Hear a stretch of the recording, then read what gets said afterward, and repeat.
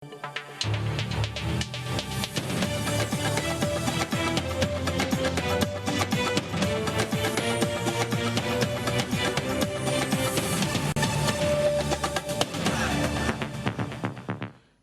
দর্শক, আমি খান মোহাম্মদ রুমেল স্বাগত জানাচ্ছি সম্পাদকীয়তে। চিকিৎসার জন্য বেগম জিয়ার বিদেশ যাওয়ার অনুমতি না মেলায় মনক্ষুণ্ণ বিএনপি।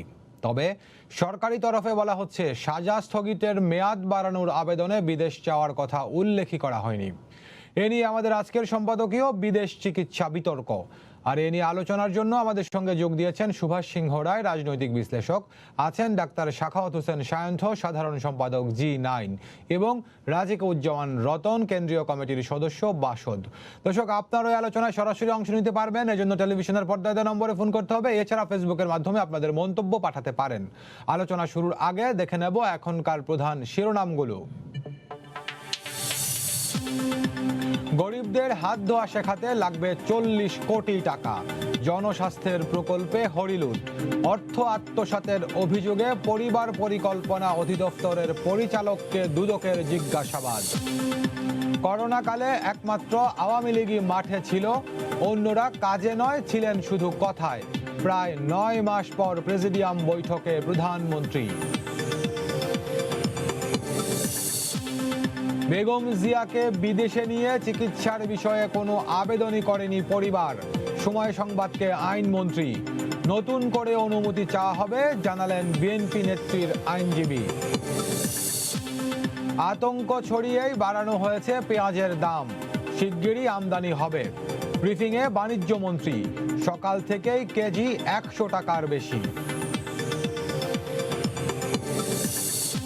এবং কিশোরগঞ্জে পারিবারিক বিরোধের জেরে সাবেক স্ত্রী ও তার ছোট বোনকে ছুরিকাঘাত, ঢাকা মেডিকেলে চিকিৎসাধীন। বরগুনায় রিফাত হত্যা মামলার রায় 30 সেপ্টেম্বর।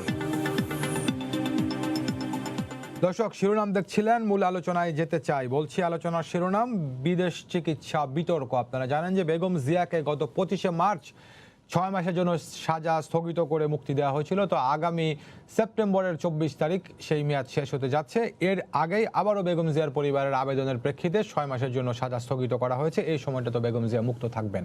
তো এই সিদ্ধান্তের পরই বিদেশ যেতে পারবেন না বেগম জিয়া চিকিৎসার জন্য, সেটি নিয়েই হচ্ছে পল্টাপল্টি কথা হচ্ছে। তো আজকে আইনমন্ত্রীও কথা বলেছেন। বিএনপি নেত্রীর আইনজীবীদের মধ্যে অন্যতম একজন ব্যারিস্টার মাহবুবুদ্দিন খোকন, তিনিও জানিয়েছেন এসব সহ রাজনীতির অন্যান্য সমসাময়িক বিষয় নিয়ে আজকে আমরা আলোচনা করব। শুরুতে আমি যুক্ত হতে চাই ডাক্তার সাখাওয়াত হোসেন সায়ন্থের সঙ্গে। ডাক্তার সায়ন্থ, এই যে বেগম জিয়ার সাজার মেয়াদ স্থগিত করা হয়েছে আরও 6 মাসের জন্য, গতকালকে প্রজ্ঞাপন হলো। এর আরও বেশ কিছুদিন আগে থেকেই এই সিদ্ধান্তটি আসলে মুখে মুখে জানানো হয়েছিল, প্রজ্ঞাপনটি হয়েছে। তো এরপরে শর্ত দুটি, একটি হচ্ছে যে বেগম জিয়া চিকিৎসার জন্য বিদেশে যেতে পারবেন না, বাসায় থেকেই চিকিৎসা নিতে হবে। তখন থেকে বিএনপি বলছিল যে এটি তারা একটু মনক্ষুণ্ণ বেগম জিয়ার বিদেশ যেতে না পারার বিষয়টিতে। তো আজকে যে বিষয়টি আইনমন্ত্রী বললেন যে আসলে আবেদনই করা হয়নি, তাহলে যে বিষয়টি নিয়ে তারা আবেদনে উল্লেখই করেননি সেই বিষয়টি নিয়ে আবার মনক্ষুণ্ণ, ব্যাপারটি একটু কেমন মনে হয় কিনা আপনার কাছে? আপনাকে ধন্যবাদ জানাচ্ছি এবং আমার সঙ্গে দুজন সম্মানিত আলোচক আছেন, তাদের প্রতি শ্রদ্ধা এবং দর্শকদেরকে শুভেচ্ছা জানাচ্ছি।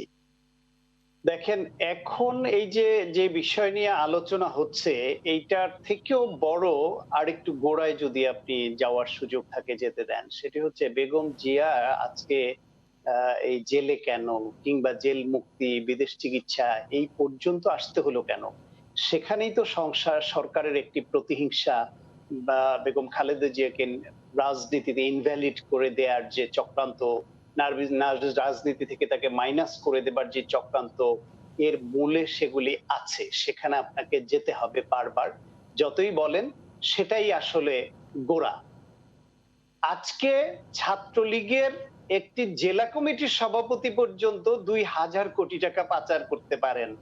আর সেই সোনালী ব্যাংক, হলমার্ক, ডেস্টিনি, বিসমিল্লাহ, হাত দোয়া, বটিদা, সেই পর্দা, সেই বালিশ, সেই আপনার এই যে মাটি কাটা দেখতে বিদেশ যাওয়া, আপনার সেই যে পুকুর কাটা দেখতে বিদেশ যাওয়া, অসংখ্য কাহিনী এরকম আপনি পাবেন। কয়টার কি বিচার হচ্ছে? অথচ 2 কোটি টাকা, সেই টাকা আত্মসাৎও করা হয়নি, খরচও করা হয়নি, বিদেশে পাচারও হয়নি, সেটা ব্যাংকে বেড়ে 8 কোটি টাকা হয়েছে, 2 কোটি টাকা। সেটাকে কেন্দ্র করে বেগম খালেদা জিয়ার বিরুদ্ধে রায় দিয়ে তাকে এই যে জেলে রাখা, সেটি ছিল প্রতিহিংসা এবং সরকারের যে অনৈতিক খেলা, সেই খেলার অংশ ছিল এটা। সেই ক্ষেত্রে আমি সরকারের প্রতি এই জন্য তাদের ধন্যবাদ জানাই যে এই সরকার যতটা নিপীড়নমূলক, তারা যতটা অমানবিক, তারা যতটা প্রতিহিংসামূলক, সেই বিবেচনায় বিএনপি যেহেতু আন্দোলন করে বিএনপির নেত্রীকে বের করে আনতে পারেনি, সরকার এখন যে মুক্তি দিয়েছে সেটা করোনার কারণে হোক বা যে কোনো কারণেই হোক, মুক্তি যে দিয়েছে সেটা না দিলেও তো পারতো। তারা তো জেলের মধ্যে বেগম খালেদা জিয়াকে মেরে ফেললেও পারতো।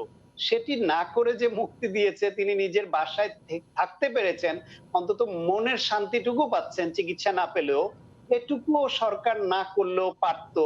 কারণ তারা এটুকু করার মতো সেই সরকার না।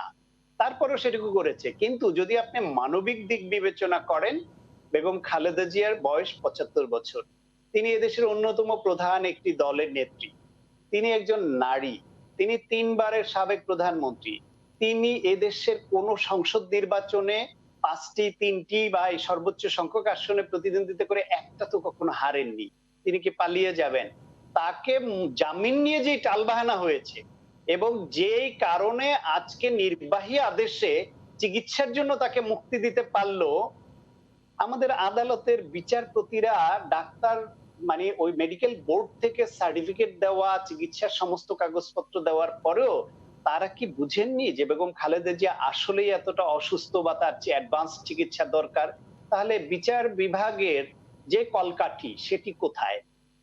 আসলে সরকার নির্বাহী আদেশে তাকে মুক্তি দিয়ে এটি চেয়েছিল যে আদালত থেকে তার মুক্তি না হয়ে তাদের হাত দিয়ে হবে এবং তারা এই সুতোটা যাতে তাদের হাতে না, এটা হাতে রেখে তারা যাতে ইচ্ছে মতো সুতো ছাড়তে পারেন। আজকে বিএনপির চেয়ারপারসনের পরিবার থেকে যে আবেদন করা হয়েছে, সেই আবেদনে যদি বিদেশে যাওয়ার অনুমতি না চাওয়াও হয়, তার চিকিৎসার জন্যই কিন্তু এই মুক্তিটা চাওয়া হয়েছে। চিকিৎসার ব্যাপারে আগের মেডিকেল বোর্ড কিন্তু বলেছে যে তার অ্যাডভান্সড ট্রিটমেন্ট দরকার। সেই অ্যাডভান্স ট্রিটমেন্ট রিউমাটয়েড আর্থ্রাইটিস এর বা তার যে ওভারঅল ফিজিক্যাল কন্ডিশন, সেটা যে বাংলাদেশে নেই, সেটি এই সরকার এবং তাদের সবাইয়েরই সেটা জানা। কিন্তু শান্ত ভাই, মেডিকেল বোর্ড অ্যাডভান্স ট্রিটমেন্টের কথা বলেছে, অনুমতি সেটি কি বিদেশে করতে হবে এমনটা কি মেডিকেল বোর্ড বলেছে? না, বিদেশ যেতে হবে এমন সরাসরি বলেনি, কিন্তু বলেছে তার এই রোগের অ্যাডভান্সড ট্রিটমেন্ট দরকার। সেই অ্যাডভান্সড যে ট্রিটমেন্ট, সেই ট্রিটমেন্ট বাংলাদেশে নেই, যার ফলে তার অ্যাডভান্স ট্রিটমেন্ট পেতে হলে, আর যেহেতু তিনি আগে থেকে বিদেশে চিকিৎসা করাতেন, একজন মানুষের মেন্টাল স্যাটিসফ্যাকশন চিকিৎসার ক্ষেত্রে অনেক বড়। এই উদাহরণটা আমি আগেও দিয়েছি। কিন্তু শান্ত ভাই, আপনার যুক্তিগুলো মেনে নিয়ে বলছি, তাহলে আবেদনে বিদেশ যাওয়ার কথাটা উল্লেখ করতে ক্ষতি কি ছিল? কথাটা শেষ করতে দেন। যে একজন মানুষ চিকিৎসার জন্য অসুস্থ হলে তার বাসা থেকে বের হয়ে হাতের কাছে প্রথম যে চিকিৎসক বা হসপিটাল পান, সেখানেই কিন্তু ঢুকে পড়েন না আমাদের দেশে। তিনি অনেক দূরে পর্যন্ত যান। কেন যান? কারণ কোন একজন চিকিৎসক বা কোন একটা সেন্টারের প্রতি তার একটা আস্থার জায়গা তৈরি হয়, সেইটা তার রোগ সারাতেও সাহায্য করে। আস্থাটা অনেক বড় ব্যাপার। জি শান্ত ভাই, এটি বুঝেছি, কিন্তু আমি বলছি পারবে না এই নিষেধাজ্ঞা সরকার। সেই জায়গাতেই আবেদনে বিদেশ যাওয়ার কথাটি উল্লেখ করলে ক্ষতি কি ছিল? হ্যাঁ, সেটা তাদের ভুল হতে পারে, আমি আবেদনটি জানি না, সেটা তারা সচেতনভাবে না করতে পারেন, কিন্তু সরকার নিষেধাজ্ঞা কেন দিল? জি, বুঝতে পেরেছি আপনার কথাটি আমি। কিন্তু আপনি যদি বলছেন যে সচেতন ভাবে না করতে পারেন, কিন্তু বেগম জিয়া আজকে না, শান্ত ভাই আপনি বলছেন যে অসচেতন ভাবেও তারা হয়তো না করতে পারেন, কিন্তু ব্যাপারটি হচ্ছে বেগম জিয়া আজকে বের হয়ে এসেছেন। এর আগে তিনি প্রায় ২.৫ বছরের মতো জেলখানায় ছিলেন, বঙ্গবন্ধু মেডিকেলে ছিলেন। তখনও পরিবারের পক্ষ থেকে, দলের পক্ষ থেকে বারবারই বিদেশ যাওয়ার প্রয়োজনীয়তার কথা বলা হচ্ছিল।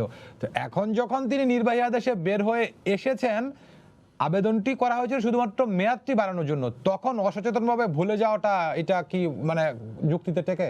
না, আমি আসলে আবেদনটি দেখিনি। জি, ধন্যবাদ আপনাকে। সুভাষ দা, আমি আপনার সঙ্গে যুক্ত হতে চাই। শান্ত ভাই আপনার সঙ্গে আসবো আবার আমি। সুভাষ সিংহ রায়, এই যে ডাক্তার সাকাত হোসেন শান্ত যেটি বলছেন যে সরকার যেহেতু করোনা পরিস্থিতির কারণেই হোক আর মানবিক কারণ বিবেচনা করেই হোক নির্বাহী আদেশে বেগম জিয়ার সাজাটি স্থগিত করে তাকে জামিনে দিয়েছেন এবং আরো 6 মাস বাড়িয়েছেন আবেদনের প্রেক্ষিতে, তো সেই জায়গাতে সুচিকিৎসার জন্য সরকার বিদেশ যাওয়ার যেতে পারবেন না এই শর্তটি কেন জুড়ে দিলেন? একটি বিষয়। আরেকটি বিষয় হচ্ছে বিএনপি নেত্রীর পরিবার তো আবেদনে উল্লেখই করেননি যে আমরা বিদেশ যেতে চাই চিকিৎসার জন্য বা বেগম জিয়াকে বিদেশ নিয়ে যেতে চাই। সরকার কেন আগ বাড়িয়ে বলে দিল যে আপনি যেতে পারবেন না?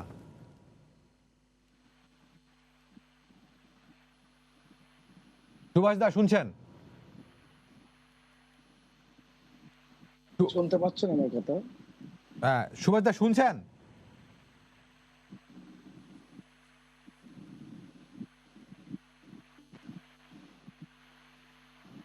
সুভাষদার সঙ্গে আমি একটু পরে যুক্ত হচ্ছি, মনে হচ্ছে সুভাষদা আমার কথা শুনতে পাচ্ছেন না। আমি একটু রাজেকুজ্জামান রতনের সঙ্গে যুক্ত হতে চাই।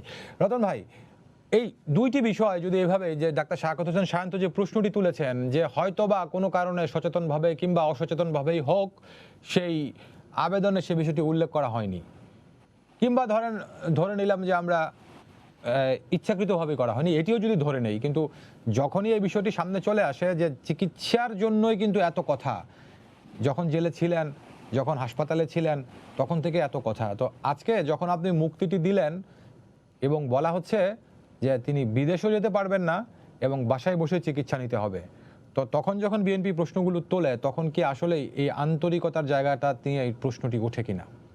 রতন ভাই। ধন্যবাদ। মানে আমাদের রাজনীতিতে যে সংস্কৃতিটা বিরাজ করছে তাতে আন্তরিকতাটা অনেক দূরের বিষয় হয়েছে। আমাদের এখানে প্রদর্শনবাতিকতাটাই প্রধান। করোনার অজুহাত বলি অথবা করুণা দেখানো বলি অথবা কাউকে করুণা করে সেটা আবার ফলাও করে বলার মধ্য দিয়ে তাকে হেয় করা, এগুলো তো আমাদের রাজনীতিতে চলছেই। তা আমরা যেটা মনে করি যে কারো জামিন পাওয়া যেমন একটা গণতান্ত্রিক অধিকার, চিকিৎসা পাওয়াও একটা গণতান্ত্রিক ও মানবিক অধিকার। এখন সেগুলো নিয়েও আমাদের এখানে যে ধরনের কথাবার্তা হয়, পরস্পরের বিরুদ্ধে যেভাবে কথাবার্তা বলেন, তাতে যুক্তিটা হারিয়ে যায়, শক্তি প্রদর্শনটা বাড়তে থাকে এবং সেখানে এরকম হয় যে যারা ক্ষমতায় আছেন তারা বোধহয় সমস্ত কিছু করবার ক্ষমতাই রাখেন এবং তাদের ক্ষমতার উপরে নির্ভর করে কারো অনুগ্রহ পাওয়া বা না পাওয়া। এখানে যুক্তি বা বিচার অনেকটা পিছনে পড়ে যায়। তা আমরা যেটা বলতে চাই যে এখন খালেদা জিয়ার চিকিৎসাটা নিয়ে খুবই আলোচনা হচ্ছে।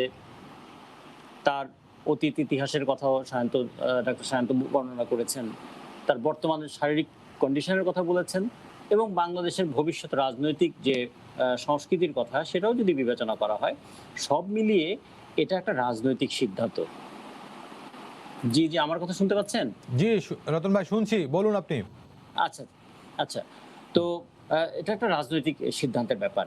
ফলে আমি রাজনৈতিক সিদ্ধান্তের সঙ্গে আরেকটা জিনিস যুক্ত করতে চাই যে আমাদের তো সবাই বলেন যে তাদের সময়কালটা বাংলাদেশের জন্য স্বর্ণযুগ ছিল।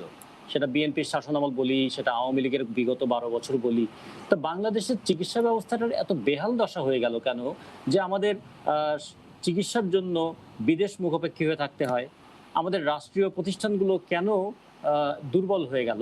আমরা একদিকে দুর্নীতির কথা শুনি, আরেকদিকে অব্যবস্থাপনার কথা শুনি, আবার সাথে সাথে এটাও তো দেখি যে আমাদের যোগ্যতা সম্পন্ন ডাক্তার থাকবার পরেও আমাদের চিকিৎসা ব্যবস্থাটা এত দুর্বল কেন? কেন এখানে ভরসা পায় না? সবচেয়ে বড় কথা, ডাক্তারের কাছে মানুষ যদি ভরসা না পায় এটা কিন্তু দুটো প্রবলেম তৈরি করে। একটা শুধু আস্থার সংকট তৈরি করে তা না, একটা এথিক্সেরও সংকট তৈরি করে যে আপনি যদি আমার দলের ডাক্তার না হন তাহলে হয়তো আপনি আমাকে ভালোভাবে দেখবেন না। এই কথা যদি কেউ বলে তাহলে কিন্তু ডাক্তারের এথিক্সের সঙ্গে এটা যায় না। আমরা তো জানতাম যে মেডিকেলের ফার্স্ট ইয়ারেই আমরা হিপোক্রেটিক ওথ যেটা পড়ানো হতো যে ভবিষ্যৎ চিকিৎসকদের শপথ বাক্যটা কি হবে, সেখানে কি রাজনৈতিক রং কিংবা দলীয় বিবেচনা কিংবা ধর্মীয় বিবেচনা সেগুলোর কথা কখনো উল্লেখ ছিল? কিংবা এটা কি উচিত? চিকিৎসা বিজ্ঞান তো একটা বিজ্ঞান, এটা তো কোনো ধর্মের ব্যাপার নয়, এটা কোনো জাতির ব্যাপার নয়, এমনকি এটা কোনো দলীয় রঙেও এটাকে রাঙানো যায় না। তা আমাদের এখানে কেন আমরা সরকারি প্রতিষ্ঠানে চিকিৎসা পাওয়ার ক্ষেত্রে আমরা একটু আস্থাহীনতার মধ্যে ভুগি, আস্থার সংকটের মধ্যে ভুগি? তারপরে চিকিৎসকদের নিয়োগ, তাদের বদলি, তাদের প্রমোশন, এবং সমস্ত কিছুর মধ্যে এমনভাবে একটা দলীয়করণ তৈরি হয়েছে, ফলে আমি খালেদা জিয়ার চিকিৎসার সঙ্গে এই জিনিসটাও যুক্ত করতে চাই, একজন চিকিৎসকের উপর আমি ভরসা করতে পারি না। কেন ভরসা করতে পারি না? চিকিৎসকের কাছে তো আমি চিকিৎসক হিসেবে যাব, উপরে যদি বলা হয় ঈশ্বর ভগবান আল্লাহ, আর তারপরে যদি বলি মমতাময়ী মা, এর মাঝখানে আসলে কে থাকেন? মাঝখানে থাকেন চিকিৎসক। যে কথা মানুষ কাউকে বলতে পারে না, যে কথা কারো কাছে সে ভরসা পেতে পারে না, সেটা সে চিকিৎসকের কাছে যায়। তার সমস্ত দুর্বলতার কথা, তার কষ্টের কথা সে চিকিৎসকের কাছে বলে, এবং চিকিৎসকের কাছ থেকে সেই সংবেদনশীল মানসিকতা সে প্রত্যাশা করে। সেখানে কি রাজনীতি দিয়ে রোগীকে বিবেচনা করা হবে? সেখানে কি রোগটাকে রাজনৈতিকভাবে দেখা হবে? একসময় আমরা ভারতবর্ষেও দেখেছিলাম যে সুভাষ যখন জ্বরে আক্রান্ত, তখন অনেকেই কংগ্রেসের পক্ষ থেকে বলা হয়েছিল ইট ইজ পলিটিক্যাল ফিভার, এটা হচ্ছে রাজনৈতিক জ্বর। মানে তিনি কিন্তু তখন 104 ডিগ্রি জ্বরে আক্রান্ত। ফলে আমাদের এখানে এটা যে কত নিষ্ঠুরতা হয়, কাউকে অসুস্থতাকে ব্যঙ্গ করলে, অসুস্থতাকে নিয়ে বিদ্রুপ করলে, সেটা যে শুধুমাত্র সেই ব্যক্তিকে ব্যঙ্গ বিদ্রুপ করা হয় তা নয়, এটা যে একটা সাংস্কৃতিক মানটাকে কতখানি নামিয়ে ফেলে, এগুলো কিন্তু আমাদের একটু বিবেচনা করা উচিত। জি, ফলে রতন ভাই ধন্যবাদ, ব্যক্তি হিসেবে আপনি আমাদের সঙ্গে থাকুন। প্রধানমন্ত্রী হিসেবে খালেদা জিয়া নন, আমরা মনে করি চিকিৎসা ব্যবস্থা নিয়েও আমাদের কথা বলার জি, প্রয়োজন ধন্যবাদ দেখা আপনাকে। দিয়েছে। আমি আপনার সঙ্গে আবার যুক্ত হব, সুভাষদার সঙ্গে একটু যুক্ত হতে চাই। সুভাষদা, যে প্রশ্নটি আপনাকে আমি করেছিলাম সেটি হচ্ছে যে বেগম জিয়ার পরিবার থেকে যে আবেদনটি করা হয়েছে সেখানে বিদেশে যেতে চান সেরকম উল্লেখ নেই বলছেন আইনমন্ত্রী। তো সেটি যদি হয়ে থাকে তাহলে তো বিদেশ যাওয়া না যাওয়ার ব্যাপারে কোনো মন্তব্যই করেননি বেগম জিয়ার পরিবার, বা বেগম জিয়ার যে আবেদনটি সরকারের কাছে গেছে। তো সরকার কেন আগ বাড়িয়ে বলল যে বেগম জিয়া বিদেশে যেতে পারবেন না? এখানেই যদি বিএনপি প্রশ্ন তোলে যে বেগম জিয়াকে সরকার রাজনৈতিক কারণে মুক্তি দিয়েছেন কিন্তু চিকিৎসার ব্যাপারে আন্তরিক নন, তাহলে আপনি কি বলবেন?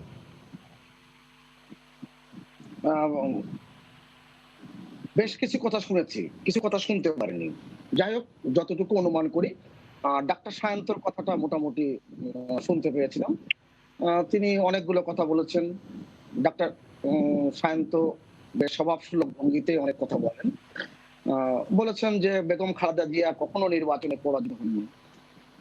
সেই হুসাইন মোহাম্মদ এরশাদ, যাকে আমরা স্বৈরাচারের একেবারে শীর্ষ পর্যায়ের স্বৈরাচার ধরি, তিনিও কিন্তু কখনো নির্বাচনে পরাজিত হননি। অতএব এই নির্বাচনের পরাজয় জয় নিয়ে এখানে বা আলাপ নাই বা করলাম। নাসিরউদ্দিন হজ্জার একটা বিখ্যাত গল্প আছে, যেটা মোল্লা নাসিরউদ্দিন বলে তাকে আমরা পরিচিত। তিনি বলছেন মোল্লা নাসিরউদ্দিন একবার রাস্তা দিয়ে হেঁটে যাচ্ছিলেন, হঠাৎ করে পাশের একটি নির্মাণাধীন একটি ভবন থেকে হঠাৎ করে একজন শ্রমিক পড়ে যে নাসিরউদ্দিন হজ্জার ঘাড়ের উপরে এসে পড়লো। এখানে তার পাঁজর আক্রান্ত হলো। কবিরাজখানায় যখন তিনি গেলেন, কবিরাজখানায় যখন 2-3 দিন পরে তার শিষ্যরা দেখতে গেল, তাকে জিজ্ঞেস করলেন যে গুরুদেব, আপনি তো প্রত্যেকটা ঘটনার পিছনে কার্যকরণ বর্ণনা করেন, এর পিছনে কারণ খুঁজে বের করেন, এইটা কেন ঘটবে? তা বললো, হ্যাঁ আমি এটা বলি, কিন্তু নিজের কর্মকাণ্ডের কারণে যদি শুধু ক্ষতিগ্রস্ত হই সেটাও কিন্তু সবসময় ঠিক না। দেখো, ভুল করলো নির্মাণ শ্রমিক, ওপর থেকে পড়লো আর পাঁজর ভাঙলো আমার। বাংলাদেশের রাজনীতিতে এই যে বিএনপি নামক এই রাজনৈতিক দলটি এত ঘটনার জন্ম দিয়েছে এবং এত ঘটনার তারা রাজনীতিতে সৃষ্টি করেছে, বিশেষ করে নানান রকম বিপর্যয় ঘটনার জন্ম দিয়েছে এবং রাজনীতির ষড়যন্ত্রের জায়গা জন্ম করছে। সেখান থেকে বাংলাদেশের রাজনৈতিক সংস্কৃতি বিকশিত হয়নি। সংস্কৃতি বিকশিত হয়নি বলেই অনেক কথাগুলো আমাদের সামনে কিন্তু চলে আসে। আপনি বলছেন রাজনৈতিক রং লাগানো, রতন ভাই বললেন, এই যে ডাক্তারদের মধ্যে কোনোদিন তো বিভক্তি ছিল না। এই ডাক্তার সায়ন্ত কিংবা আর একজন যারা মুক্তিযুদ্ধের পক্ষে কিংবা প্রগতিশীল রাজনীতির পক্ষে যারা ছিলেন, তাদের মধ্যে বিভক্তি ছিল না। এই বিএনপি রাষ্ট্র ক্ষমতায় এসেই ড্যাব নামে একটি সংগঠন খুললো। তার পরিপ্রেক্ষিতে তার বেশ কিছুকাল পরে সাচিবের জন্ম হলো।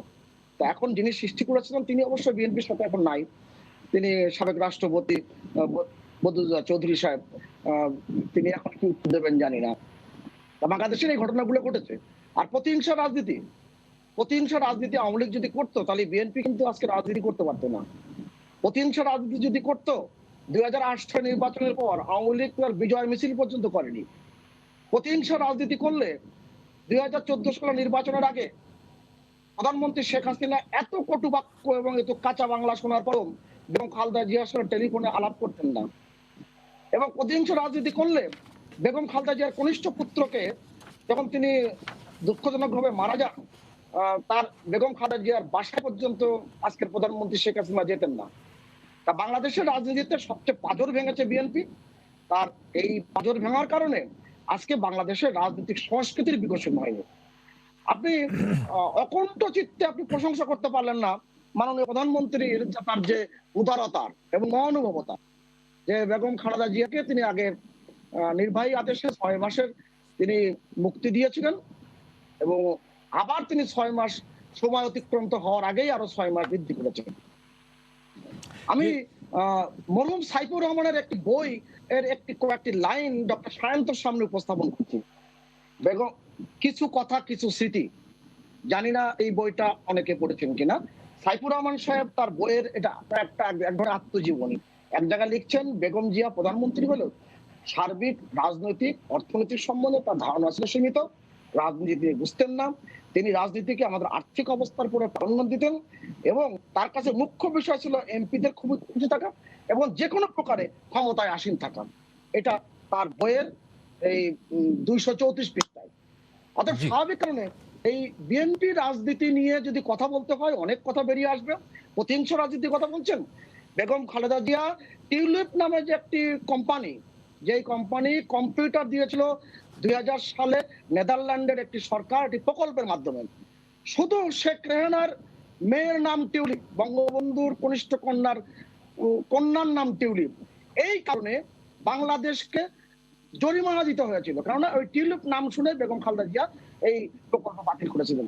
নেদারল্যান্ড সরকার এর জন্য মামলা করেছিল আন্তর্জাতিক আদালতে এবং বাংলাদেশকে প্রায় $4.2 মিলিয়ন ক্ষতিপূরণ দিতে হয়েছিল। তা আজকের বাংলাদেশ প্রকল্পটা কিসে ছিল? শিক্ষকদের কম্পিউটার প্রশিক্ষণের জন্য এবং 7000 শিক্ষকের জন্য যে কম্পিউটার প্রশিক্ষণ, সেই প্রশিক্ষণ বন্ধ করে দেওয়া হয়েছিল।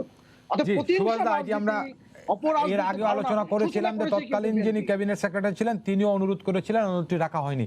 কিন্তু আমি অন্যটি প্রসঙ্গে আপনার সঙ্গে একটু কথা বলতে চাই। ডাক্তার সায়ন্ত আরো কিছু কথা বলেছেন। এই যে আপনার হাত ধুতে গরিবদের হাত ধোয়ার জন্য 40 কোটি টাকার প্রকল্প, খিচুড়ি যেটি হচ্ছে মিড ডে মিল প্রাইমারি স্কুলে, সেইটা কিভাবে ম্যানেজমেন্ট করা হয়, ব্যবস্থাপনা করা হয়, সেই জন্য 1000 মানুষ যাবেন বিদেশে। পর্দাকাণ্ড, বালিশকাণ্ড ইত্যাদি কথাগুলো তো এর আগেও বিভিন্ন সময় আলোচিত হয়েছে। তো এই বিষয়গুলো, এই যে আপনি যে সরকারের উদারতার কথা, সরকারের উন্নয়নের কথা, মানবিকতার কথা বলছেন, এইরকম ঘটনাগুলো সেগুলোকে কিছুটা ম্লান করে দেয় কিনা? অবশ্যই ম্লান করে এবং এই জন্য নানান রকম প্রশ্নের জন্ম দেয়। এই ব্যাপারে তো আমার বলতে দ্বিধা নেই, কিন্তু আংশিক সত্য কিন্তু মিথ্যার চেয়ে ভয়ঙ্কর।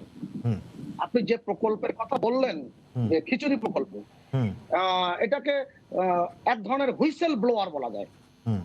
এবং যে প্রকল্প অনুমোদন হয়নি, যে প্রকল্প এখনো পরিকল্পনা কমিশনে আসেনি, একনেকে পাস হয়নি এবং বলা হয়েছে 1000 জনের জন্য এই প্রকল্প করা হয়েছে, অথচ 509টি থানা, 509টি থানার জন্য 500 জনের কর্মকর্তার একটা খসড়া নাকি তৈরি হয়েছিল।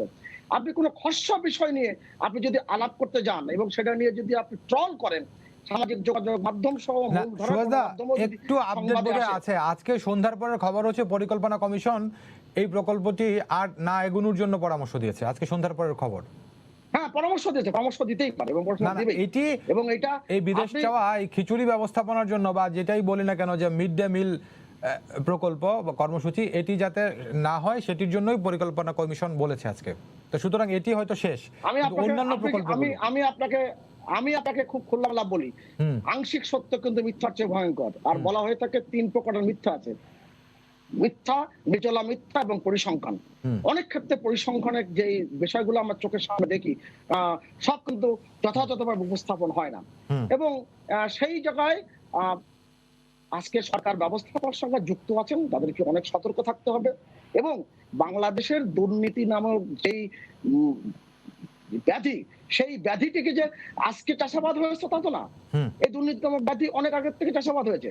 এই দুর্নীতিকে নির্মূল করবার জন্য মাননীয় প্রধানমন্ত্রী গত বছর সেপ্টেম্বর মাসেই তিনি এর বিরুদ্ধে তিনি ঘোষণা করেছেন যে কোনো কিছুই কিন্তু তিনি একেবারে মেনে নেবেন না বলেই কিন্তু অনেকগুলো ঘটনা ঘটছে, যে ঘটনাটা সরকারের পক্ষ থেকেই নেওয়া হচ্ছে। জি, কোনো কোনো সুভাষ ক্ষেত্রে দা, মনে হয় চোর ধন্যবাদ। ধরে আমি সরকার আপনার সঙ্গে আবার যুক্ত হব, এই নিজের প্রসঙ্গটা নিয়ে যুক্ত হব। আমি ডাক্তার শাকাত হোসেন সায়ন্তের সঙ্গে যুক্ত হতে চাই। ডাক্তার শাকাত হোসেন সায়ন্ত, আপনি একজন চিকিৎসক। আমাদের রাজিকুজ্জামান রতন ভাই যে আলোচনাটি করছিলেন, যে চিকিৎসকদের কাছে যে চিকিৎসক কোন দল করেন, চিকিৎসকের দলের রং কি, সেটি দেখেও আমাদের দেশে রোগীরা, বিশেষ করে এই ধরনের রাজনৈতিক ব্যবস্থা যদি নেতা নেত্রী হন, তাহলে তো আরো বেশি যে আস্থা অনাস্থার বিষয়গুলো চলে আসে। তো এইখানে আমি আপনার সঙ্গে, আপনি যেহেতু এই পেশার সঙ্গে যুক্ত আছেন, তো এই যে এরকম একটি অবস্থা, চিকিৎসকের প্রতি আস্থা অনাস্থা, দল করা না করার কারণে, এইটির পেশাজীবীদের দায় কতটুকু, আর হচ্ছে যারা আস্থা রাখেন কিংবা অনাস্থা জ্ঞাপন করেন তাদেরই বা দায় কতটুকু? আজকে দেখেন বাংলাদেশে রাজনীতিকে কোথায় নিয়ে যাওয়া হয়েছে। দিনের পর দিন এই প্রক্রিয়াটাকে এমন ভাবে নেওয়া হয়েছে, মনে হয় যেন শিক্ষক, চিকিৎসক, সাংবাদিক, আইনজীবী সহ বিভিন্ন পেশাজীবীরা যেই মানের রাজনীতি করছেন, যেই মানের কথা বলছেন এবং যেইভাবে বিভিন্ন দলের লেজুরবৃত্তি করছেন, এটা ভয়াবহ একটা অবস্থা। এবং সেইখানে একতরফা ভাবে কোনো বিশেষ গ্রুপের না, সমস্ত সেক্টর গুলিকেই এইভাবে নষ্ট করা হয়েছে এবং এর দায়টা রাজনীতিবিদদেরই। চিকিৎসকরা, আইনজীবীরা, সাংবাদিকরা তারা নিজে নিজে গিয়ে তো আর এই অবস্থা তৈরি করেননি। রাষ্ট্র, সরকার এবং রাষ্ট্র পরিচালকরা এবং বিভিন্ন রাজনৈতিক দল এদেরকে ব্যবহার করবার জন্য অথবা আশ্রয় প্রশ্রয় দিয়ে এইভাবে কলুষিত করা হয়েছে। আজকে দেখেন এই দেশের নির্বাচন ব্যবস্থা, গণতন্ত্র, মানুষের অধিকার, দুর্নীতি এইসব নিয়েও যখন কথা বলা হয়, আপনার এই টকশোতে দেখবেন দুইজন শিক্ষককে বসাবেন, দুইজন দুই মতে দুই দিকে দাঁড়িয়ে যাবে। দুইজন সাংবাদিককে বসাবেন, দুই দিকে দাঁড়িয়ে যাবে সমর্থন নিয়ে। মানুষ কথা বললেই, দুটো বাক্য বললেই বুঝে যে সরকারের সাফাই গাইবে নাকি সরকারের সমালোচনা করবে, এই পর্যায়ে নিয়ে যাওয়া হয়েছে। সেই জন্য এটা দুঃখজনক, এটা চলছে। বরং আমি আরেকটা জিনিস সুভাষদা যেটা বললেন সেটা একটু বলতে চাই যে নেদারল্যান্ড সরকারের একটা প্রকল্প, সেটা অনুমোদন দেওয়া হয়নি, শিক্ষকদের কম্পিউটার প্রশিক্ষণ। শিক্ষকদের কম্পিউটার প্রশিক্ষণের সেই প্রকল্পের অনুমতি না দেওয়ার দায় যদি তৎকালীন প্রধানমন্ত্রী বেগম খালেদা জিয়ার হয় এবং আজকে পর্যন্ত সুভাষ সিংহ রায় সেইটার সমালোচনা করতে পারেন, তাহলে সুভাষ কি এটা বলবেন যে বর্তমানে যেই সব প্রকল্পের অনুমোদন দেওয়া হয়েছে বা দেওয়ার পথে রয়েছে সেগুলার দায় কি তাহলে বর্তমানের প্রধানমন্ত্রীর? এইখানে আপনি একটা বটির দাম যখন 10,000 টাকা হয়, এইখানে যখন 60 টাকার একটা ল্যাক্টোমিটার, দুধে পানি মিশানো কিনা তার পরিমাপ করবেন, সেটার দাম যখন 3,32,000 টাকা হয়, এইখানে যখন আপনার একটি পর্দার দাম 37.5 লাখ টাকা হয়, এইখানে যখন একটা বালিশ উঠানোর চার্জ 7,000 টাকা হয়, এইখানে যখন বিদেশে হাত ধোয়ার জন্য যেতে সে মানুষকে, গরিব মানুষকে হাত ধোয়া শিখাতে 40 কোটি টাকা ব্যয় দেখানো হয়, এইখানে যখন বিদেশে মাটি কাটার প্রশিক্ষণ নিতে কর্মকর্তাদের বিদেশ যাওয়ার জন্য নামে প্রকল্প হয়, এইখানে যখন হাজার হাজার কোটি টাকার এরকম প্রকল্প হয়, এই যে বললাম পশু সম্পদ অধিদপ্তরের, প্রাণী সম্পদ অধিদপ্তরের, সেখানে 4,280 কোটি টাকার প্রকল্প, ছোটখাটো না। এইখানে করোনার সময় যে ইমার্জেন্সি ম্যানেজমেন্টের বিভিন্ন যে বিষয়, সেইখানেও তো 2,500 কোটি টাকার প্রকল্প, সেই যেখানে আপনার ওই বিখ্যাত গগলস কাণ্ড, 500 টাকার গগলস 5,000 টাকা ধরা হয়েছে, এইরকম অনেকগুলা। তার মধ্যে আমি প্রাণী সম্পদ অধিদপ্তরের যেটা, সেটা কিন্তু মন্ত্রণালয়ের অনুমোদন পর্যন্ত হয়ে গেছে, তারপরে সংবাদ মাধ্যমে এসেছে। এইখানে যে লুটপাট, বিভিন্ন বড় বড় প্রকল্প, মেগা প্রকল্পের নামে মেগা দুর্নীতি, এখানে কুইক রেন্টালের নামে কুইক করাপশন, এই যে সমস্ত প্রকল্প যা কিছু হয়েছে, তাহলে সবই কি বর্তমান প্রধানমন্ত্রীর উপর এই দায় সুভাষদা দেবেন? অথচ বেছে বেছে সেই খালেদা জিয়া যখন প্রধানমন্ত্রী ছিলেন একটা প্রজেক্টে আনলেন, তার দায় তখন যেহেতু উনি প্রধানমন্ত্রী ছিলেন তাকেই নিতে হবে, তিনিই বন্ধ করেছিলেন। তাহলে এখন যে অনাচার হচ্ছে তার দায়টা তাহলে কার? এইটা একটা বিষয়। চুরি, লুটপাট কোন পর্যায়ে গেছে আপনি বলেন তো একটা দেশে? এই যে যা যা বললাম, এইটা কখনো দুর্নীতি সবসময় ছিল? দাদা কি একটু উদাহরণ দিতে পারবেন আগের যে এইরকম টাকার জিনিস 3,32,000 টাকা, 5,000 টাকার জিনিস এরকম লাখ লাখ টাকা এগুলো হতে পারে? কোথাও দেখেছেন? কিন্তু শান্ত ভাই জেলা কমিটির যেগুলোর কথা সভাপতি এবং বলছেন, 2-3 জন সহযোগী সুভাষ দা কিন্তু 2,000 বলেছেন কোটি যে টাকা এগুলোর পাচার ক্ষেত্রে করার মতো ব্যবস্থা নেওয়া সক্ষমতা হচ্ছে। অর্জন করে ওনারা দেশকে দুর্নীতির মহাসড়কে তুলে দিয়েছেন, জি, দেশটাকে ধ্বংস ডাক্তার করে শাকত হোসেন ফেলছেন, শান্ত, সুভাষ দা রাজনীতি ধ্বংস বলছেন করেছেন, গণতন্ত্র যে ধ্বংস উদাহরণগুলো করেছেন, আপনি দিচ্ছেন দুর্নীতি করে এগুলোর দেশটাকে ক্ষেত্রে ধ্বংস ব্যবস্থা করেছেন, নেওয়া হচ্ছে। প্রতিষ্ঠানগুলি ধ্বংস করে দিচ্ছেন। জি, সুভাষ দা বলছেন যে যেই অভিযোগগুলো উঠেছে এই অভিযোগগুলোর ক্ষেত্রে প্রত্যেকটির ক্ষেত্রে ব্যবস্থা চলমান। ইম্পসিবল, আচ্ছা। ইম্পসিবল। বাংলাদেশে এ পর্যন্ত বড় বড় যে বিষয়গুলা সরকার ওনরা ভাবা নিচ্ছেন যে হ্যাঁ সরকারই তো ধরেছে, সরকারই তো ধরবে, ধরার জন্য এখতিয়ার তো অন্য কোনো সংস্থান নেই, কিন্তু কখন ধরে? দেখেন মেজরিটি ইভেন্টে দেখেন সংবাদ মাধ্যমে যখন এসেছে ব্যাপক সমালোচনা তৈরি হয়েছে, অথবা নিজেদের আভ্যন্তরীণ কোন্দলে একজনের পেছনে একজন লেগেছে, তখন এটা হয়েছে। জি, আর চিকিৎসকদের ধন্যবাদ বিষয়ে শান্ত ভাই, যেটা আপনার সঙ্গে আমি বলছিলেন, আরেকবার সেটা যুক্ত একটা হব। কথা বলি, রতন ভাইয়ের সঙ্গে এই যুক্ত যে হতে চাই। আসামিরা রতন ভাই, হসপিটালে এই এসে যে পেশাজীবী কেউ প্রসঙ্গে আরামে আমাদের থাকবে, ডাক্তার চিকিৎসা শাকত হোসেন নিবে, সায়ন্ত কিছু কথা এটা বলেছেন যে এই যে চিকিৎসকদের আমাদের এই পেশাজীবীরা, দলীয়করণের কারণে। শান্ত ভাই আমি যুক্ত হব আপনার সঙ্গে আবারও।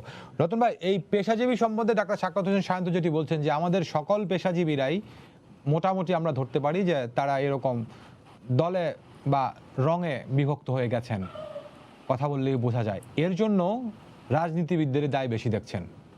শান্ত ভাই, আপনি কি বলবেন? রাজনীতি হচ্ছে একটা দর্শন। আমি কোন নীতিতে দেশটা পরিচালনা হলে ভালো হয়, কোন নীতিটাকে আমি সমালোচনা করব, এটা তো গ্রহণ করার কিংবা বর্জন করার অধিকার প্রত্যেক মানুষেরই, এবং শিক্ষিত মানুষদের তো আরো বেশি। পেশাজীবীরা প্রত্যেকে তো শিক্ষিত এবং তারা উচ্চ শিক্ষিত, তারা কেন একটা রাজনৈতিক চিন্তাকে ধারণ করবেন না? কিন্তু সাথে সাথে যেটা আছে যে প্রফেশনাল এথিক্স, পেশার যে নৈতিকতা থাকে। আমি ইঞ্জিনিয়ার, কিন্তু আমি যদি মনে করি যে আমি ক্ষমতাসীন দলের যদি সমর্থক হই, তাহলে আমি ওই রডের বদলে বাঁশ দিলেও আমাকে কেউ কিছু করতে পারবে না। কিংবা আমি যদি ক্ষমতাসীন দলের ডাক্তার হই, তাহলে আমি 15 বছর 20 বছর আমি ঢাকা শহর থেকে আমার বাইরে কেউ আমাকে হটাতে পারবে না। কিংবা আমি খুব তরতর করে অনেককে ডিঙ্গিয়ে আমি প্রমোশন পেয়ে যাব।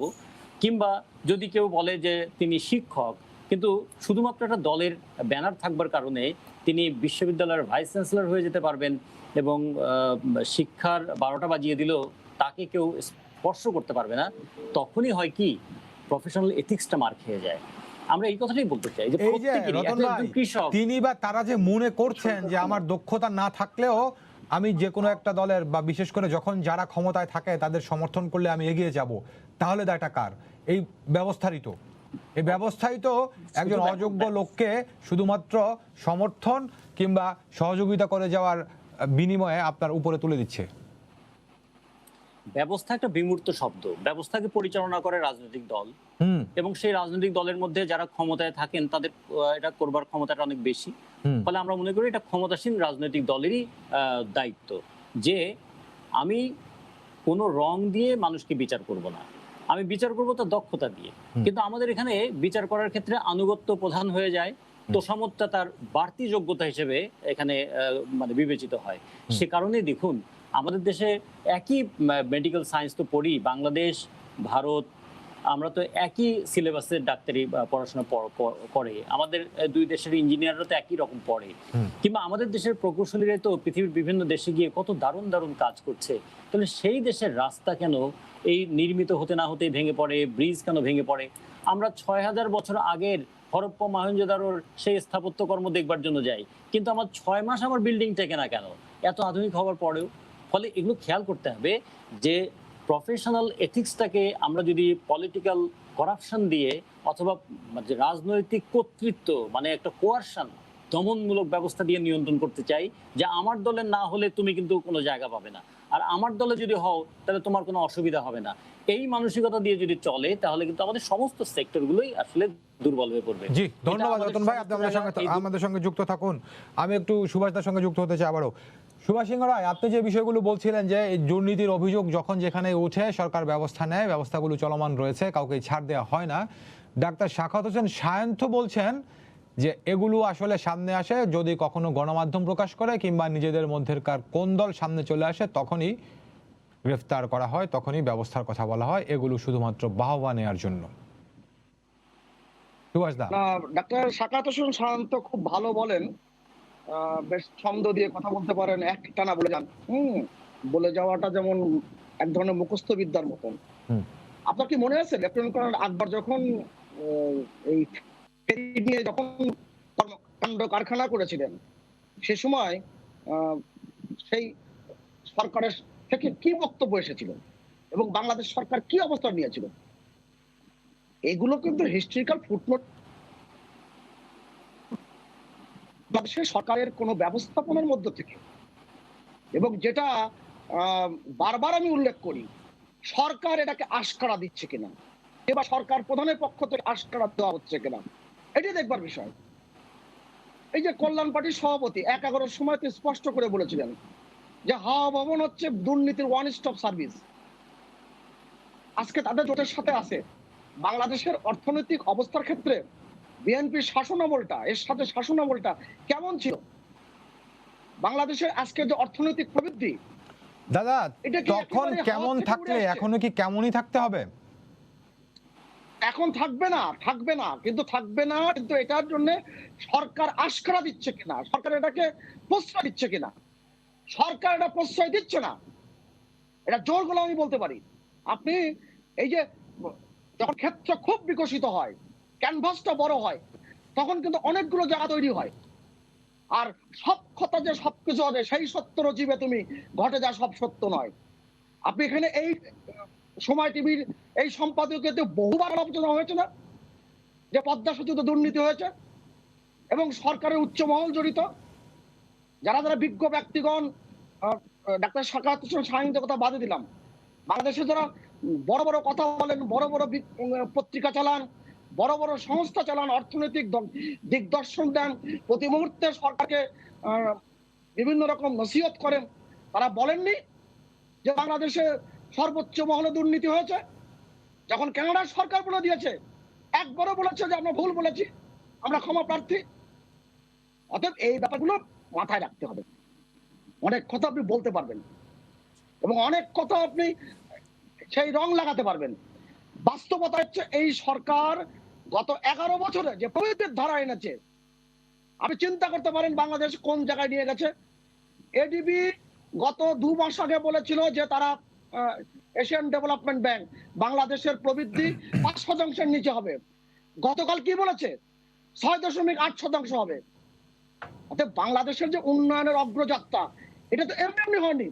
এত যে মুখস্থ বিদ্যা বললেন ডাক্তার সাহেব, এত যে বলে গেলেন, বেগম খালেদা জিয়ার বালিশ কিনা হয়েছিল কয় টাকায়? বলুক সেটা, এটাও গণমাধ্যমে এসেছে। বালিশ কয় টাকা কেনা হয়েছিল শুনে আমি আপনার সঙ্গে আসছি। ডাক্তার সাকাত হোসেন শাহীন, তো বেগম জিয়ার বালিশ কয় টাকা কেনা হয়েছিল, সেই সঙ্গে সুভাষ দা আরেকটি বিষয় বলছেন যে দুর্নীতি হলে ব্যবস্থা নেওয়া হয় একটি বিষয়, আরেকটি বিষয় বলছেন যে কোনো দুর্নীতিকেই বর্তমান সরকার আশকারা দেয় না। দেখেন, যদি আশকারা না দিত, ওই যে ফরিদপুর জেলা ছাত্রলীগের সভাপতি এবং ওইখানকার নগর আওয়ামী লীগের সাধারণ সম্পাদক, তার ভাই প্রেস ক্লাবের সভাপতি, যে 3 জনের নামে বলা হচ্ছে এই চক্রটি 2000 কোটি টাকা পাচার করেছে আর হাজার হাজার কোটি টাকার সম্পদের মালিক হয়েছে গত 10-12 বছরে এই সরকারের সময়। আপনার কি মনে হয় এটি লুকিয়ে লুকিয়ে হয়েছে? কিন্তু শান্ত ভাই, তারা এখন কোথায়? লুকানো যায়? 2000 কোটি টাকা পাচার করা ছাত্রলীগের সভাপতি আর যে দুই ভাই, আওয়ামী লীগের নেতারা তারা এখন জানতো না? কোথায়? কোনো ব্যবস্থা নিয়েছে? এতদিন কেন নেয়নি? যখন আওয়ামী লীগের নেতার বাড়িতে হামলা হয় তখন নজরে আসে, তখন গোয়েন্দারা এটা বের করে। এই যে সোনালী ব্যাংকের হলমার্ক কেলেঙ্কারি, এই যে বিসমিল্লাহর কেলেঙ্কারি, এই যে ওসি প্রদীপের যে কিলিং আজকে সংবাদপত্রে আসছে, হঠাৎ হয়ে গেছে? এতদিন কোন গোয়েন্দা সংস্থা, পুলিশ, প্রশাসন, আওয়ামী লীগের নেতা, সরকারের কেউ জানতো না? কেউ তো ব্যবস্থা নেয়নি। প্রত্যেকটা দুর্নীতির পিছনে দেখেন যারা বড় বড় দুর্নীতিবাজ, এই সরকারের এমপিরা, তারা যখন প্রথমবার 2008 সালে নির্বাচন করেছিল, যে হলফনামায় যে সম্পদের বিবরণ দিয়েছিল, তার সঙ্গে আজকে তাদের সম্পদ নামে বেনামে কি পরিমাণ হয়েছে মিলিয়ে দেখেন। কোত্থেকে পায় এত সম্পদ? বৈধভাবে? অসম্ভব। চুরি, ডাকাতি, লুটপাট এইসব করে, দুর্নীতি করে এই সম্পদের মালিক হয়েছে। সংবাদ মাধ্যম এত নিয়ন্ত্রণের মধ্যেও কিছু কিছু আসে। কার বিরুদ্ধে ব্যবস্থা নিয়েছে? কোন এমপি, কোন মন্ত্রীর বিরুদ্ধে ব্যবস্থা নিয়েছে? এ পর্যন্ত দেখাতে পারবেন দাদা যে এই গত এক যুগে একজন মন্ত্রী, এমপির দুর্নীতির দায়ে সাজা হয়েছে? তাইলে কি কেউ দুর্নীতি করেনি? কেউ ক্ষমতার অপব্যবহার করেনি? কেউ লুটপাট করেনি, জি কেউ শান্ত অন্যের ভাই জমি ধন্যবাদ। দখল আমি করেনি। সুভাষদার কাছে প্রশ্নগুলোর উত্তর নেই, মন্ত্রী, সময় এমপি খুব বেশি নেই। হিন্দুদের জমি দখল সুভাষ দা করে শুনছিলেন যে তাদের শান্ত ভাই করেনি। বলছেন যখনই পত্রিকায় প্রকাশিত হয় মাধ্যমে আসে এবং এক ধরনের জনচাপ তৈরি হয় তখনই ব্যবস্থাগুলো নেওয়া হয়, এর আগে কেন নেওয়া হয় না? এবং যে কথাগুলো আবার শেষের দিকে আনা হলো, আমাকে কি সময় দিবেন যে কথাগুলো পুরো বিস্তারিত বিবরণের জন্য? যতক্ষণ আছে আপনি বলতে তো বলেন, বেশি আপনি নেই। বলেন যে আপনি বলেন তো জিয়াউর রহমান সাহেব যখন মারা যান তখন তার টেলিভিশনে কি দেখানো হয়েছিল? ভাঙা সুটকেস, সিরা গেঞ্জি, ডান্ডি ডাইং কোত্থেকে এসেছিল, কোথা থেকে এসেছিল? এই যে কোকো 1, কোকো 2, কোকো 3 আকাশ থেকে পড়েছিল? অনেক কথা বলা যাবে। অতএব এই যে কথাগুলো যে বলা হয়, এটা গণমাধ্যমের স্বাধীনতার একটা সুবর্ণ সুযোগ এসেছে, গণমাধ্যমের বারবারন্ত হয়েছে, তথ্য প্রযুক্তির বারবারন্ত আছে, যে কারণে সুযোগ হয়েছে। এটা এই আওয়ামী লীগ সরকারের সময় হয়েছে। আপনি যদি এতই যদি দুর্নীতি হতো, এত যদি হতো, তাহলে প্রবৃদ্ধি এত হয় কি করে? কি করে আজকে বিশ্ব ব্যাংক স্বীকৃতি দেয় যে বাংলাদেশ মধ্যম আয়ের দেশের দিকে গিয়েছে? মাথা পিছু আয় কত ছিল? বেগম জিয়া যখন ক্ষমতার থেকে চলে যান তখন বাংলাদেশের সম্পদের মোট পরিমাণ কত?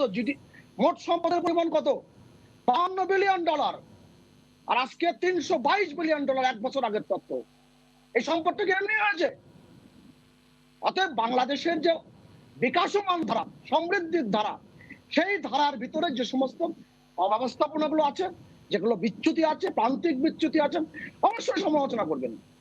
কিন্তু সেই বিষয়গুলোকে আপনি সরকার ব্যবস্থাপনার সাথে যুক্ত করবেন, এটা কোনোভাবে মেনে নেওয়া যায় না। আপনি কোন বিষয় আপনি বলছেন? দুর্নীতির বিষয়টি কর্নেল অলি আহমেদ বলেছিলেন, সে কথাটা আমি এখন সামনে আনতে চাই না, আনার প্রয়োজন নাই। অনেক কিছু বলেছিলেন। আজকের ব্যবস্থাপনায় বাংলাদেশের যে যা কিছু ঘটছে, কোন বিষয়টা নজরে আনা হয়নি, কোন বিষয়টা আমলে নেওয়া হয়নি? একটা বিষয় বলতে পারবেন আমলে নেওয়া হয়নি? সব বিষয় আমলে নেওয়া হয়েছে। কিন্তু সুভাষদা আমলে নেওয়া হয়েছে, আমলে নেওয়ার পরের পদক্ষেপগুলো কি? গত বছরের 18 সেপ্টেম্বর ক্যাসিনো কাণ্ডে কিংবা দুর্নীতি কাণ্ডে যারা গ্রেফতার হলেন তারা এখন আরামায়েশে হাসপাতালের বিছানায় দিন কাটাচ্ছেন, এমনটাই গণমাধ্যমের খবর। হ্যাঁ, এগুলো এসেছে এবং এগুলোর বিরুদ্ধে সরকার পরবর্তীতে ব্যবস্থা নেওয়া যায় কিনা সে ব্যাপারে তো সরকার চিন্তা ভাবনা করবেনই। আমি ওই চুলচেরা বিশ্লেষণে যাচ্ছি না। আমি বলতে চাচ্ছি মোটা দাগে এই সরকার প্রধান কোন রকম অন্যায়কে প্রশ্রয় দিয়েছে কিনা। অন্যায়কে যদি প্রশ্রয় দিতেন, বলে দুর্নীতির কথা বলছেন, এই সরকারের আমলে একজন মন্ত্রী তাকে পদ্মা সেতুর কারণে তাকে মন্ত্রিত্ব থেকে সরে যেতে হয়েছে। কবে, কোন জায়গায় হয়েছে, কোন কারণে হয়েছে, তাকে কি সঠিক কারণে তাকে সরাতে হয়েছিল? জি, আমরা সেটি আশা করি যে দুর্নীতি বিরোধী যে ধারা সেটি অব্যাহত থাকবে এবং রাজনীতিতে সহমত প্রতিষ্ঠিত হবে। সুভাষ সিংহ রায়, আপনাকে অনেক ধন্যবাদ। সেই সঙ্গে ডাক্তার সাখাওয়াত হোসেন সায়ন্ত এবং রাজিকুজ্জামান রতন আমাদের সঙ্গে যুক্ত ছিলেন, আপনাদের দুজনকেও ধন্যবাদ। দর্শক সবাইকে ধন্যবাদ জানিয়ে শেষ করছি আজকে সম্পাদকীয়। আগামীকাল আবারও দেখা হবে রাত 10টায়। দেখার আমন্ত্রণ রইল। শুভরাত্রি।